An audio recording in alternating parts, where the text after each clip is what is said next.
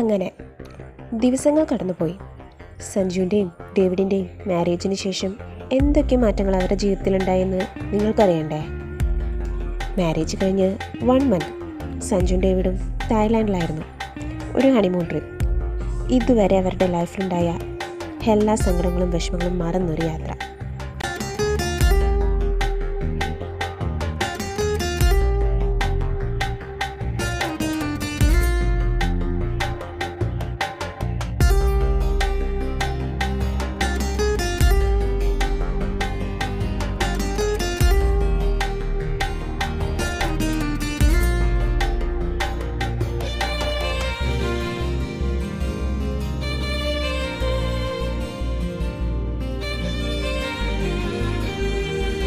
बेतहाशा दिल ने तुझको ही चाहा है, हर दुआ में मैंने तुझको ही मांगा है।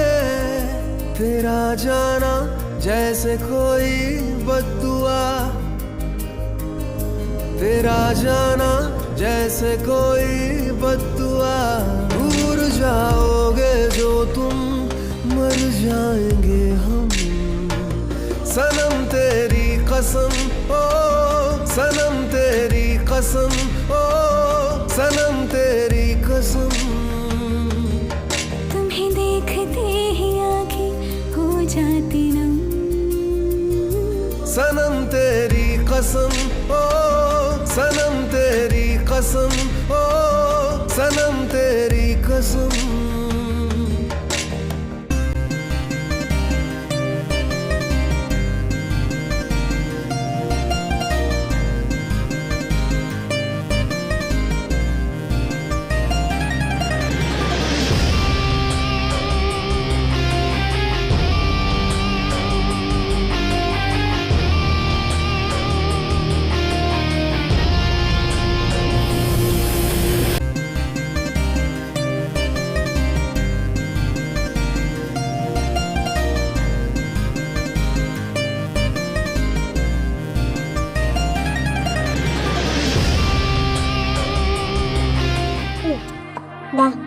എല്ലാം റെഡി ആയിട്ടുണ്ട്.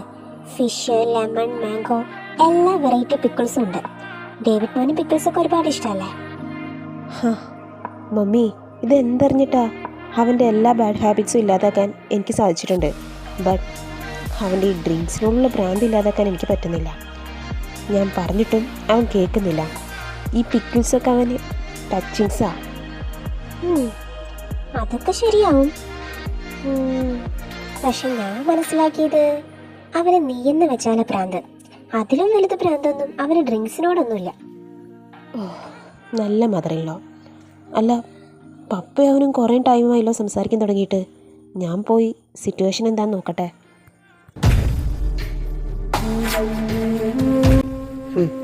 നിനക്കെന്നെ തോൽപ്പിക്കാൻ പറ്റുമെന്ന് തോന്നുന്നുണ്ടോ? പപ്പ, you are almost failed. Chess തോൽവി സമ്മതിക്കാൻ പപ്പയ്ക്ക് എന്നത്ര ബുദ്ധിമുട്ട്? ചെസ്സിൽ തോൽക്കുന്നത് ഒരു ചെറിയ കാര്യമല്ലേ? ഇത്ര സീരിയസ് ആയിട്ട് എടുക്കേണ്ട ആവശ്യമൊന്നുമില്ല. ഞാനൊന്നും സീരിയസ് ആയിട്ട് എടുത്തിട്ടില്ല. ചെസ്സിൽ നിനക്കത്ര കഴിവുണ്ടെന്ന് എനിക്കറിയില്ലായിരുന്നു. Anyway, congrats. താങ്ക് യു പപ്പ. ഈശ്വര, വാട്ട്സ് ഹാപ്പനിങ് ഹിയർ? പപ്പ ഇവൻ അപ്രിഷ്യേറ്റ് ചെയ്യാനോ? No way. ഇത്ര വർഷത്തെ സ്വന്തം മകനായി എന്നെ പോലെ അപ്രിഷ്യേറ്റ് ചെയ്തിട്ടില്ല. ഇവൻ പപ്പനെ സോപ്പിട്ട് നിർത്തുന്നുണ്ടല്ലോ. സഞ്ജു, നീ ഇവിടെ നിൽക്കുന്നുണ്ടായിരുന്നോ? പപ്പ. അല്ല, ലക്ഷ്മി എവിടെ? ഫുഡ് എടുത്തു വെക്കാൻ പറ. ഡേവിഡ് മോൻ വന്നിട്ട് എത്ര നേരമായി? മോന് വിശക്കുന്നുണ്ടാവും. മോനോ?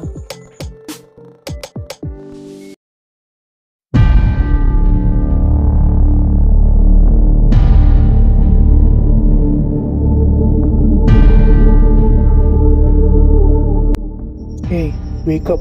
You have a visitor.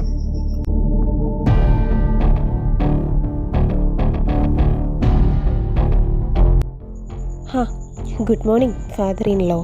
How are you? I hope everything is going well. ഇന്ന് സർവീസിൽ എൻ്റെ റീ എൻട്രി ആണ്. മാരേജൊക്കെ കഴിഞ്ഞ് കുറച്ച് ബിസി ആയിരുന്നു.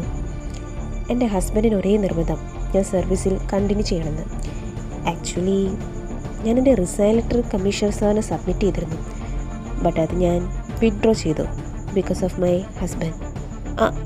സോറി, ഇത്രയും നാൾ എന്നെ ഇട്ട് വട്ടം ചുറ്റിച്ച മോസ്റ്റ് വാണ്ടഡ് ക്രിമിനൽ DD നിങ്ങളാണെന്ന് ഞാൻ അറിഞ്ഞിരുന്നില്ല.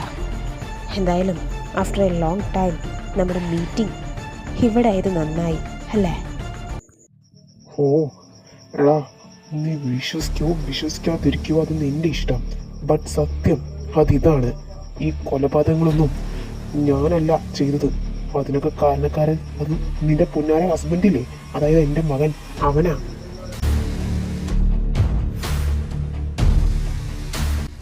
ഓ റിയലി? ശരി, എല്ലാം ഞാൻ വിശ്വസിച്ചു.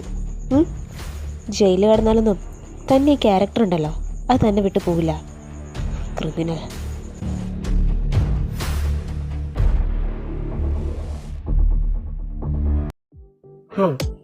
വന്നോ? So you are back. എങ്ങനെയുണ്ടായിരുന്നടാ നിന്റെ തായ്ലാൻഡ് ട്രിപ്പൊക്കെ? വന്നിട്ട് നേരെ പോയത് നിന്റെ ഫാദർ ഇൻ ലോ അഡ്വക്കേറ്റ് ശങ്കർദാസിന്റെ അടുത്തേക്കാ. ഈ പാവേട്ടനെ നീ മറന്നു അല്ലേ? അയ്യോ, എൻ്റെ ഏട്ടനെ ഞാൻ മറക്കാനോ? നെവർ. പിന്നെ ഏട്ടാ, ഞാനൊരു കാര്യം പറഞ്ഞാൽ ഏട്ടൻ വിശ്വസിക്കൂ? ഐ സ്വയർ ഏട്ടൻ വിശ്വസിക്കില്ല. എന്നാലും പറയാം. ഓ, നീ ഇങ്ങനെ വലിച്ചു നീട്ടാതെ എന്താ കാര്യം എന്ന് വെച്ചാൽ പറ. ഏട്ടാ, യുനോ എൻ്റെ ഫാദറിനിലേക്ക് ഇപ്പോൾ ഏറ്റവും കൂടുതൽ ഇഷ്ടവും വിശ്വാസവും എന്നോടാ, മോർ ദാൻ സഞ്ജു. എന്തിന്, സഞ്ജുവിനെ വരെ ഞങ്ങളുടെ റിലേഷൻ കണ്ടിട്ട് ജലസാ. ഓ മൈ ഗോഡ്, ഞാൻ എന്തേ കേൾക്കുന്നേ? ഒരിക്കൽ കീരിയും പാമ്പായിരുന്നതാ, ഇപ്പൊ അമ്മായച്ചനും മരുമോനും ഒറ്റ കെട്ട്. നന്നായിണ്ടല്ലോടാ. അങ്ങനെ അഡ്വക്കേറ്റ് ശങ്കർദാസിനെ ഞാൻ മുട്ടുകുത്തിച്ചു. ഡേവിഡ്, സ്ത്രീയുടെ സ്യൂസൈഡ് എനിക്കൊട്ടും വിശ്വസിക്കാൻ പറ്റിയിരുന്നില്ല. സത്യം പറഞ്ഞ അവൻ അങ്ങനെ ചെയ്യുമെന്ന് ഞാൻ സ്വപ്നത്തിൽ പോലും വിചാരിച്ചിരുന്നില്ല. What do you think? Sree, അവനെക്കുറിച്ചെന്താ? അവൻ്റെ മരണം സഞ്ജുവിന് ശരിക്കൊരു ഷോക്കായിരുന്നു ഏട്ടാ. ആ ഷോക്കിൽ നിന്നും അവനെ പുറത്തു കൊണ്ടുവരാനായിരുന്നു ഞങ്ങളുടെ യാത്ര പോലും. ബട്ട് അവൻ ആ മരണം അർഹിച്ചിരുന്നു.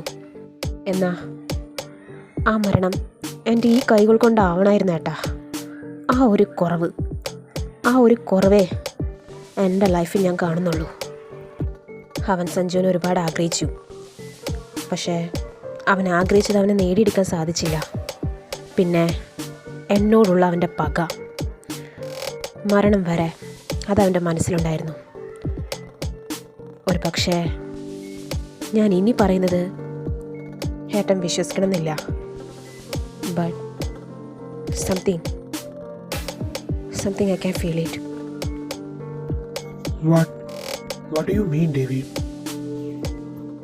Something is bothering you? Yes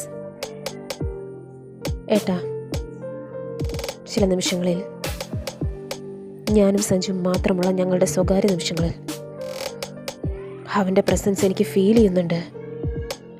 അങ്ങനെ പെട്ടെന്നൊന്നും അവന് സഞ്ജുവിനെ വിട്ട് പോകാൻ കഴിയില്ല.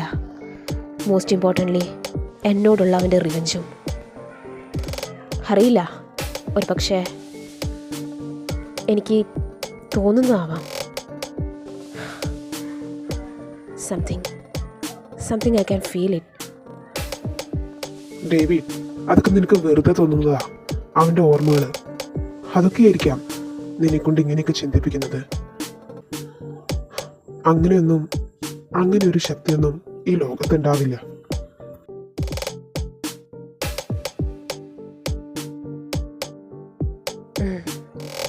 മേ ബി ഏട്ടൻ പറഞ്ഞതുപോലെ എല്ലാം എൻ്റെ തോന്നൽ മാത്രമായിരിക്കാം.